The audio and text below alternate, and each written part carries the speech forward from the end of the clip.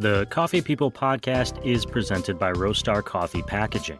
Roastery, which you can find at roastery.app, is a digital printing company that makes custom printed packaging that makes even small coffee roasters look like a really, really big deal. With fast turnarounds, high-quality products, and low minimums, Roastery will quickly become your number one favorite source for custom product packaging, and it's made in the United States. Small, mid, and large roasters who are ready for an upgrade can learn more on roastery.com. Link in this podcast's show notes.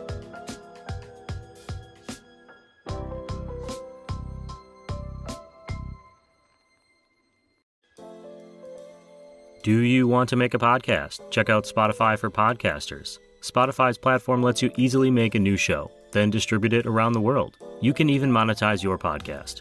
It's all in one place and it's free. It's Spotify for Podcasters. Here's how it works. You use Spotify for Podcasters to record and edit shows right from your phone or computer. You can literally start creating today. Then you can distribute your podcast to Spotify and everywhere else podcasts are heard. Beyond the audio realm, Spotify for Podcasters also has video podcasting tools, not to mention the ability to connect directly with your podcast listeners. With Spotify for Podcasters, you can earn money in a variety of ways, including paid ads and podcast subscriptions. And best of all, it's totally free. It all sounds pretty good to me. So good that I'm using my platform to recommend anyone starting a podcast, give it a try. Download the Spotify for Podcasters app or go to www.spotify.com/podcasters to get started.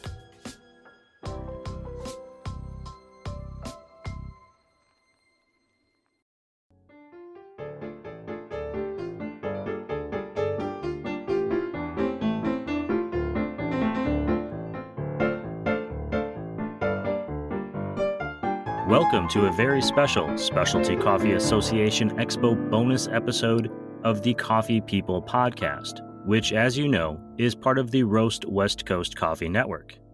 I'm Ryan Woldt, and this is the show where we engage with coffee industry people in an effort to uplift the community of craft coffee.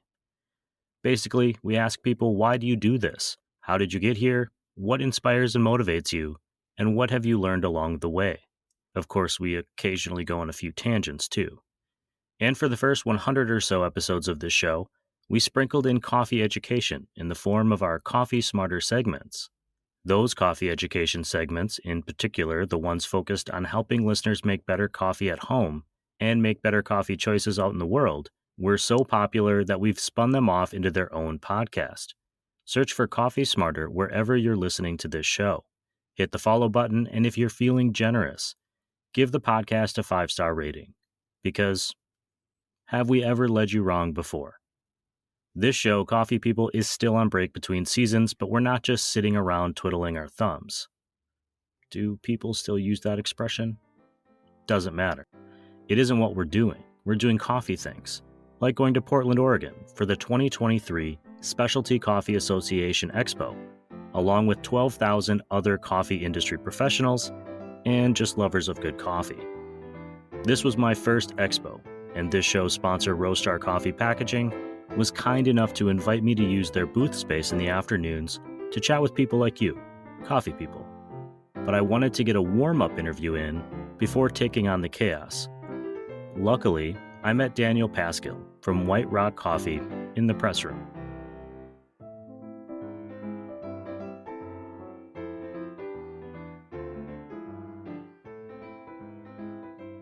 Let's make sure I figured out how to do it. Uh-oh. I'm going to find out you didn't record any of it.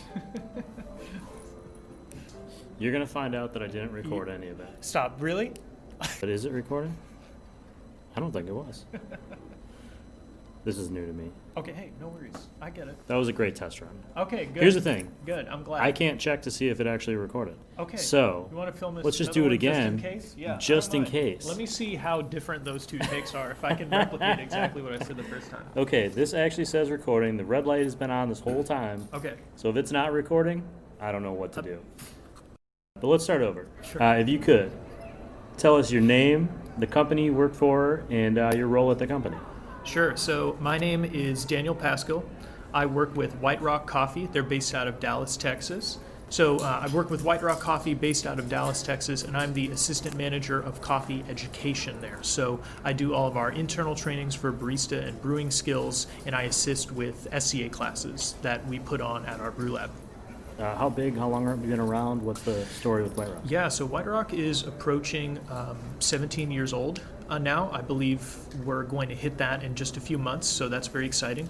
We're one of the oldest specialty roasters in the Dallas area. So if you were around in the early 2000s, like 2006, 7, something like that, if you were drinking specialty, it was probably White Rock in that town. And these last few years have been a period of really strong growth for us. We're at 6 locations right now. We have our own coffee roastery that's doing really, really well for our wholesale and e-commerce side. We have our own bake shop and commissary in-house that we own and operate, so we produce all of our own food. And we also have an SCA training campus that is ours as well in Dallas, where we put on barista, roasting, and sensory classes for not only people in Dallas, but internationally as well. Very cool. Most important question that I ask everyone. When you go to a new-to-you coffee shop, what do you order? So, favorite coffee drink for me is espresso. So espresso's got to be number one. That has, because there's so many variables, so many ways that espresso can go the wrong route. A shop that can do it consistently well always catches my eye, even if it's not specifically like my style of roast or coffee. If it's consistent, that's a good thing. Another one would be their drip as well. Drip coffee is a great way to test a coffee shop's kind of pride in their work, because if they don't take the time to make sure their drip coffee is correct, I don't know how well I can trust all of the other more highly flaunted parts of their menu. Very cool. Well, thank you very much for being on the show. Yeah, sure thing. I enjoyed it. Pretty sure that one we got. Okay, good. Okay, good. So it is safe to say the Coffee People podcast recording sessions at Expo got off to an inauspicious start. I hope I used that word correctly. What can I say? It was a new microphone. I'm usually recording from the closet studio back home. Thankfully, Daniel was kind about my misstep and generous with his time.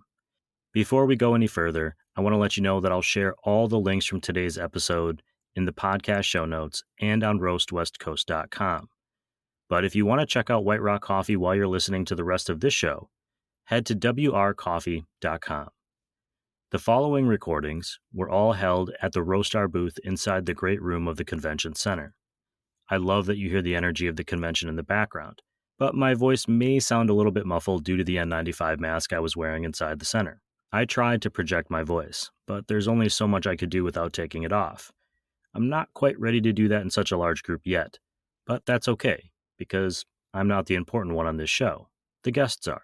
Guests like Robert Aiken, the head roaster at North Shore Specialty Coffee in Jackson, Mississippi. Yeah, my name is Robert Aiken. I work for North Shore Specialty Coffee in Jackson, Mississippi. I'm the roaster. And what do I love about coffee? I love that it brings people together. Not just at an expo, but life conversations that happen. Hey, I need to talk to somebody. Let's meet for a cup of coffee. Trying to increase that experience, develop that experience as much as possible. Awesome. So then my follow-up question to that is, when you go out into the world, forget the expo, new coffee shop, what do you order? Man, I like to see what they have. I like to try each of their roasts. I usually go for a lighter roast, see what kind of flavors they're bringing out, medium roast, but at the end of the day, I like coffee. I can drink a bad cup, and I can really enjoy a good cup. So I just like the community that it develops. After Robert, I was visited by the effusive Tiff Trent of Bongo Java Roasting Company in Nashville, Tennessee. You take that at night excited for my coffee in the morning. That's why I love coffee. It's the best part of the day. My name is Tiffany Trent. You can call me Tiff, and I work for Bongo Java. When you go to a new coffee shop, what do you order? I order the same thing everywhere I go. It's kind of basic, but I get an iced oat milk latte with some vanilla. I didn't realize it at the time, but I've actually been to Bongo Java and Fido, one of their cafe spaces, while passing through Nashville. I remember thinking, Bongo Java, that's a fun name. During my next interview with Larry, a roaster from Neon Llama Coffee, you can hear coffee beans being rotated in the background. That was one of the reasons it was so much fun being at SCA. There was a ton going on all around you all the time. It was the ultimate in sensory overload. So, if you wouldn't mind, just tell me what your name is and what company you work for. Larry, coffee roaster from Neon Llama. Neon Llama is a great name for a coffee company. Thank you. I'm wondering, why do you love coffee? I've been loving coffee my whole life. You know, when you're a kid, you start drinking coffee, cold coffee from your parents' cup, right? For some reason, I love that. And it just grew back from the 60s, you know, before coffee ever got to the specialty range it is in now. Just always loved the flavor, you know. And now it's just really great because there's so many great coffees around. It's really cool. We have expanded our coffee world for sure. Yeah. The last question I have for you, most important thing, if you go to a coffee shop you've never been, what do you order? Pour over, if they make them. You know, I get disappointed in coffee shops that don't do pour over, because that's, you know, I want the fresh flavor of the coffee. I don't want something that's been sitting in a, you know, machine for a while. Fresh coffee is the only way to go, as far as I'm concerned. If they don't do pour overs, then I'll just get what they brewed, I guess, or a shot of espresso. If I come to Woodland, Washington, go to Neon Llama, what should I order? Pour over. I could be wrong, but I think Larry is all about the pour over. And I get it. He referenced drinking coffee cold when he was young. I do that now. Not intentionally, but because I've set my coffee cup down, lost track of time working on this podcast, and then found it again an hour later. Often, my favorite coffees are just as good at room temperature as they are right after the brew. I feel that I can even pull more flavors out when my palate isn't navigating around the temperature of a hot cup of coffee. After Larry, the baton was passed to the co-founder of La Repubblica Superfoods, Mark Murphy, and from the jump, his passion for the mushroom coffee his company produces was evident. Even then, I look for places with mushroom coffee because, like LA, most coffee shops do have it, and it's fun when you actually are at a place and you see that somebody has a chagachino or something, because it's the fastest growing area of coffee, and it seems like nobody's heard about it. Starbucks got into the game this week, so they've heard about it. They've done their research, but half the people you talk to are like, mushroom what? They have no idea. So. Well, let's get started with that. What is great. your name, and what is the name of your company? What do you do? Mark Murphy. I'm the co-founder of La Repubblica Superfoods Mushroom Coffee. What is mushroom coffee? Ours is actually not a coffee alternative. It's coffee with mushroom extract added, all at the highest level, organic, fair trade, and most mushroom products out are not real mushrooms, believe it or not. Some don't even have mushrooms in it. It's made with the roots of mushrooms grown on grains and ground up. Ours is actually full fruiting bodies of mushroom, which means it grew on a tree. We took the actual mushroom and made it into a powder at a high extract level and added it to coffee so that it's better than taking a pill. What is it that you love about the industry? Why did you get into this coffee mushroom industry now? Well, I was a songwriter, and our competition was the first mushroom coffee in the world called Four Sigmatic, now a multi-million dollar company. And they were the only mushroom coffee, and we used to drink it before we do a songwriting session because of the focus that lion's mane mushroom gives you. Massive focus. You can score up to 20% higher on tests when you're on lion's mane mushroom, so college kids know about this. And so we were taking it, but the coffee tasted horrible. So we said, can we make something better, make it all organic and fair trade? And that's why we started. We were the second instant mushroom coffee company and only the third mushroom coffee company. And now there's 150 at least. Wow, that's incredible. I knew of like a couple, but I didn't know 3 that years. many. Well, Laird Superfoods recently got into it. Califia, which is the big almond milk company, they have mushroom coffee in all the stores now, black in like a container. Ohm, which was just mushrooms, fake mushrooms by the way, but Ohm now does a mushroom coffee. If you go into Erewhon or Central Markets or Whole Foods, they have mushroom coffee on the menu. Like it's Bristol Farms. Any like high-end retailer, grocery store has it on the menu. And so it's kind of like kombucha 10 years ago. I talked to people about kombucha. They had no idea what it is, and you can't go anywhere now with kombucha not on the menu. So it is the largest growing CAGR of coffee industry is mushroom coffee. So. Wow. So then can you find mushroom coffee out in the, like, what do you order when you go to a coffee shop if you're out on the road? The popular names are like a chagachino, which is chaga mushroom added to a cappuccino, or a lion's mane latte, which lion's mane's the big focus mushroom. So they're focusing on single mushrooms and what that does. Chaga gives you clean energy. They do 100 different great things for the body, but the main things they do, people will take it for. We have 7 mushrooms in our coffee, so it's what I call kind of the full spectrum of you're getting the benefits of all 7 mushrooms. They're cancer fighters, they're anti-inflammatories, they're just blood sugar levelers. I mean, when you read through what mushrooms do in the body and have done for thousands of years, it's an incredible thing. Oh, reishi's been really popular. Reishi tea, people probably heard of 10, 20 years ago. Coffee and tea shops will have a reishi tea. It's very calming. Not just like makes you sleepy, but it just calms your spirit. So we have reishi, chaga, lion's mane, and 4 others in our coffee. Wow.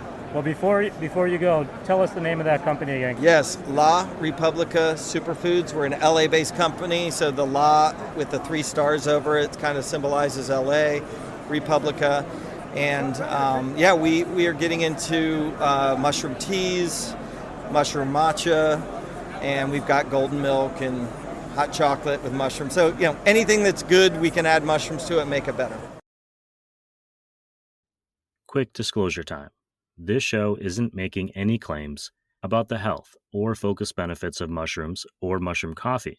I do love mushrooms, but I haven't researched the effects of ingesting mushrooms previously, nor read up on it since meeting Mark. At least not yet. But I can appreciate how his personal experience led to a career in the coffee industry. That chat also gives me a reason to point out how much bigger than coffee the Specialty Coffee Association Expo and the coffee industry at large is.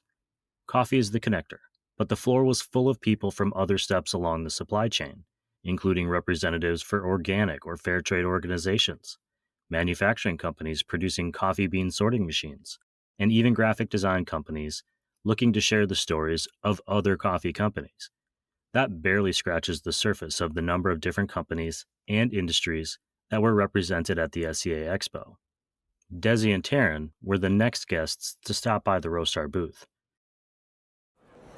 My name is Desi, and I work for Big Blue Coffee Company, which is in healthcare in the Coeur d'Alene area in Idaho, North Idaho. And we use a local roaster, Evans Brothers Coffee Company, out of Sandpoint. Very cool. Coeur d'Alene may be the most beautiful place that people know about, but they never go because it's so far north. Well, they're coming by the drones, and so the secret is out. It is very beautiful. There's something for everyone. Lots of coffee too. I don't want to shout out anyone besides Evans Brothers, but you will find a lot of coffee. Yes, there is lots of coffee, but fewer specialty coffee done well. Let's say you are traveling like you are now. You go to a new coffee shop. What do you order?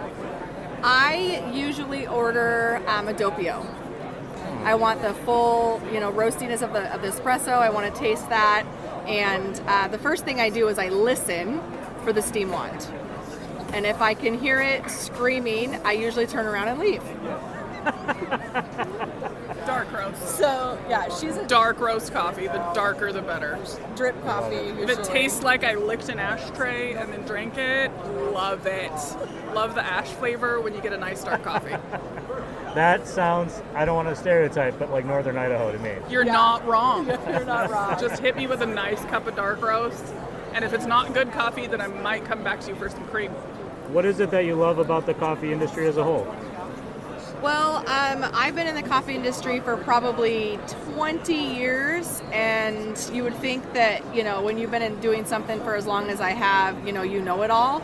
But in coffee, you never know it all. The extraction principles change, the, brewing vessels change, and I think the people are the thing that don't change. It's a coffee community, and when I come to these events, it's like a reunion. It's like a family reunion, and I think that's what I love about it, is just the community of people. Like, we're all in it together, and we might have, a cafe up the street from somebody else, but at the end of the day, we want them to be successful also. And so I think just the community of what coffee does to like people and bringing them together to produce a really great moment for people, and they could come around the table and share that. So that's what I love about it. I love it because I don't know there's too many places where I can buy something from rural Ethiopia from somebody that I will probably never meet, never know, and lives in a completely different lifestyle, and have it travel all the way to North Idaho, where I finish it and hand it to somebody else who's from God knows where. And it just kind of brings everybody full circle, and it's delicious. I don't know that I love anything else taste-wise more than coffee, but there's also that side of it where when you think about it, how far it travels, no other food product travels that far and tastes that delicious. I do love to visit northern Idaho, and if you weren't familiar, a doppio is the Italian term for a double espresso. You don't hear that much in the United States unless you're in the Pacific Northwest, where Starbucks used to have it on their menu. I've heard the term, but I admittedly did a smile and nod in the moment, until I had a chance to double-check my coffee vocabulary Rolodex. Desi was definitely not wrong in her proclamation that no matter how long you've been working in coffee, you never know it all. Finally, I closed my first day at the Expo with a great conversation with Rich, the head of coffee quality at Discourse Coffee in Milwaukee, Wisconsin. My name is Rich Stouter. I am here representing Discourse Coffee from Milwaukee, Wisconsin. We are a third wave coffee shop that basically has kind of blended and mixed mixology as well as gastronomy into our mix of coffee. We have two shops as well as a sister company called The Counter, all in Milwaukee area, and we just love having fun and doing things that are a little bit different compared to the norm, and it's been just wonderful. And this is actually basically, let's see, last time I've been to Expo was back in, holy crap, 2016. So it's been a while. Wow, say that again. You said a really fancy, important thing at the beginning. You specialize in gastro what? So we take and mix gastronomy as well as mixology into our coffee. Wow. So we've got some crazy stuff. Things that we kind of fall more into the experimental realm. For example, we have a drink right now that uses basically butterfly pea flower tea mixed with a chamomile infused milk that literally will blow your mind off. By the time the drink is done, which is called Waves Within, you literally feel like you are drinking almost like Blue Moon ice cream. It is fantastic. What is it that you love about coffee and the coffee industry? Honestly, for me, I took a hiatus from coffee for a little bit for 4 years, and my wife and our owner and founder of Discourse kind of pushed me back into coffee. Honestly, it's the friendships, the networking, as well as the direct relations that I have gotten to be a part of. I have met so many amazing roasters that it has just blown my mind. Basically, people who literally, as soon as they see you, just give you a big hug and they're like, welcome, dude, how's it going? Oh, dude, you got a Ruby hat on. That's awesome. Are you from Wisconsin? I'm originally from Wisconsin. I live in California now, but okay. Ruby's near my hometown. I'm actually in the same hometown as the Roastar people here. For real? So Wausau? Yeah, that's where I grew up. Nice. And as you were saying, I met the team from Roastar at Coffee Fest LA, saw the tag and said, I know that town. Yeah. And they're like, no, you don't. I'm like, I lived there for 30 years. I know that town. And now here we are. That's awesome. Yeah, I know Jared, who's the owner of Ruby Coffee. So way back in 2017, at that time I was working for a coffee shop in the Milwaukee area called Stone Creek Coffee. And I got the opportunity to be introduced to Jared. And me and a couple other people from Stone Creek actually went to Jared's shop when he had just opened his roastery up in Amherst, Wisconsin, and that was so much fun. And he got to show us all around his like Probot roaster and just like seeing everything. And I usually, my wife and I, we live in Menominee Falls, Wisconsin. Basically, we always frequent his spot up in Stevens Point, Wisconsin. So we like taking these little drives where we kind of just go everywhere looking for basically coffee crawling. So. If you show up at a coffee shop you've never been to, yes, what do you order off the menu? Cortado and an espresso, and it's usually a single origin espresso, because I want to see, basically, if I can get like a killer shot and you know how to make a great Cortado, we're golden. So I'm very picky, but at the same time, I love getting to see all the new experimentations of espresso that are out right now. So always fun.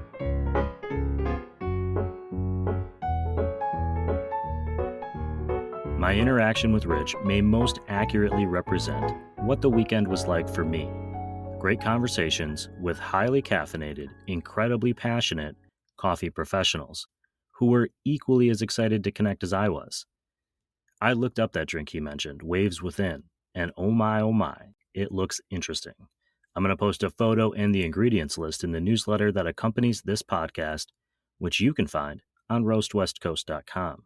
I want to thank everyone who joined me at the Expo day 1 and day 2 and 3, but we'll do that again in another show, for spending a little bit of time with me. The same way that I want to thank you for spending your time listening to this show. I'll drop another episode featuring more from SCA early next week. Stay tuned, and don't forget to follow all the great coffee people you heard today. You'll find links to their websites and social medias in the show notes and on roastwestcoast.com. Also, a big thank you to this show's presenting sponsor, Roastar, for letting me invade their space last week. This podcast is also supported by some great coffee industry partners. They are Camp Coffee Company, Coffee Cycle Roasting, Crossings Coffee, Hasea Coffee Source, Ignite Coffee Company, Maria Coffee. Joe, if you're listening, I know you had a good time at SCA. I'm looking forward to connecting again soon. First Light Coffee Whiskey, Cape Horn Coffee Importers, Zumbar Coffee and Tea, Ascend Coffee Roasters, Mostra Coffee Company, and the cafe I went to this morning, Steady State Coffee Roasting. I actually popped up at Ascend Roasters in San Marcos, California last weekend, and I always leave there a little bit lighter, floating on the good vibes that their team puts out. This episode of the Coffee People Podcast, which is part of the Roast West Coast Coffee network of shows, has been written, produced, and recorded by me, Ryan Woldt. I hope this episode has found you happy, healthy, and with at least a thread of sanity left, enabling you to make it through the day. Always tip your baristas and be sure to drink good coffee.